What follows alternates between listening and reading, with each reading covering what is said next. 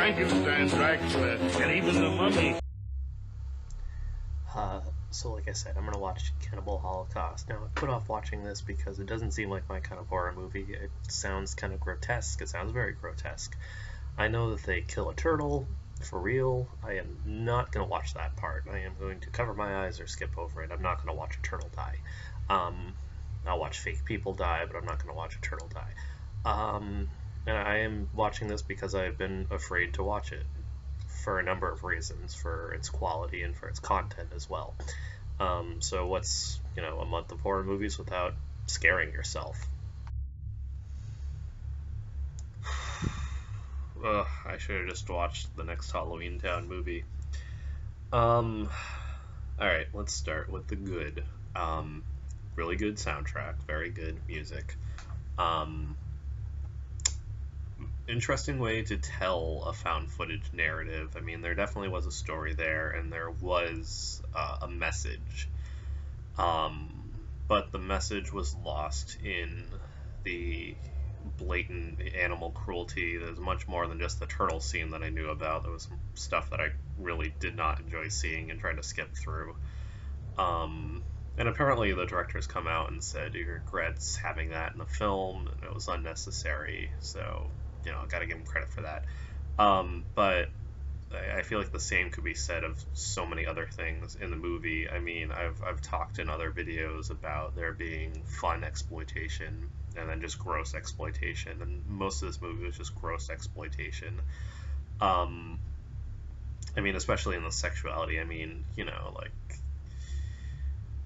I hate to say it, but violence, I feel like it's easier to let slide than like having a lot of rape, of which there is plenty in this film. But I go to a horror movie called Hannibal Holocaust. Okay, people are gonna get torn apart and eaten and stuff, and there's believe it or not, tasteful ways to do that.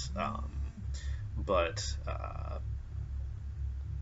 having repeated sexual assaults on multiple characters and multiple times, just no. I mean, I gotta give them credit because there is a strong amount of male nudity along with female nudity, so I gotta give them credit for doing the gender balance there. But yeah, this is just one of those movies where man, they just if they just kept it at an R, then it would have been so much better, and it would have reached a bigger audience and just would have been a more enjoyable film. But frankly, it challenges you to try to enjoy it at times.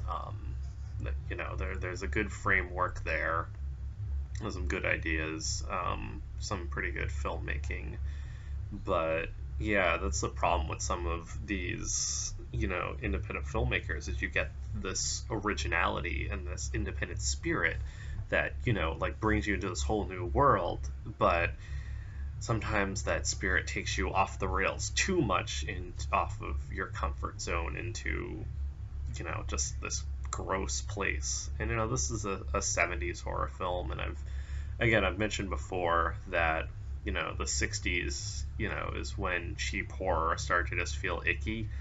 And this is kind of the ultimate in ickiness. But I finally saw it. Yay. Give us great tasting goobers to gobble, Gert. Guys and girls from Green Bay to Greenwich are going gaga about gobbling great tasting goobers. I won't go without great tasting goobers to gobble. Goobers are gorgeous golden peanuts in gobs and gobs of glorious Nestle milk chocolate. So the goobers you gobble taste gloriously great. I'm goofy about gobbling great-tasting goobers. And goobers let you gobble gobs of great-tasting goobers and still have goobers galore to gobble with the gang. Golly, I go for guys who go for great-tasting goobers.